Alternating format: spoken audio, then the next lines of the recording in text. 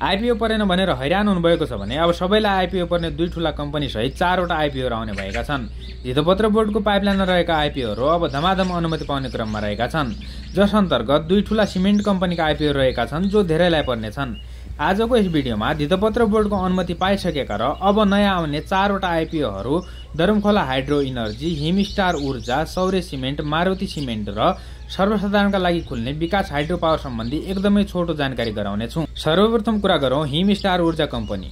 हिमस्टार ऊर्जा कम्पनीले यही जेठ 9 गते धितोपत्र बोर्डबाट आइपिओ निष्कासनका लागि अनुमति पाइसकेको थियो भने यसमा केही ढिलाइ भए पनि यो आइपिओ आउने तयारीमा नै रहेको छ।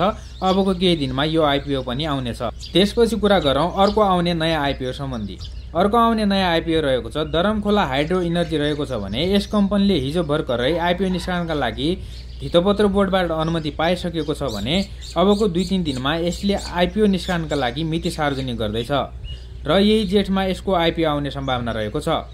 यो कम्पनी बागलुङ जिल्लाको गलकोट 11 मा रहेको छ भने यस कम्पनीले प्रति किता मूल्य रु 100 का दरले 39,50,000 किता शेयर बिक्री गर्न लागेको छ भने पहिलो चरणमा वैदेशिक रोजगारीमा रहेका नेपाली र आयोजना प्रभावित स्थानीय बासिन्दाका लागि भनेर मिति खुला गर्नेछ।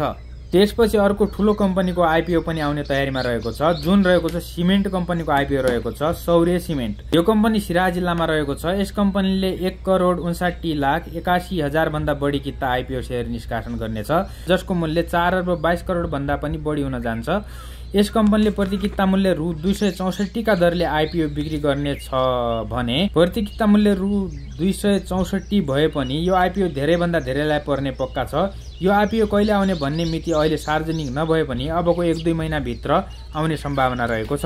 त्यस्तै अर्को ठूलो कम्पनीको बारेमा कुरा गर्नु पर्दा अर्को ठूलो कम्पनीको आइपिओ रहेको छ मारुति सिमेन्ट रहेको छ। यो पनि सिमेन्ट कम्पनीकै आइपिओ रहेको छ। मारुति सिमेन्ट कम्पनीले पनि धेरै किता आइपिओ बिक्री गर्न लागेको छ।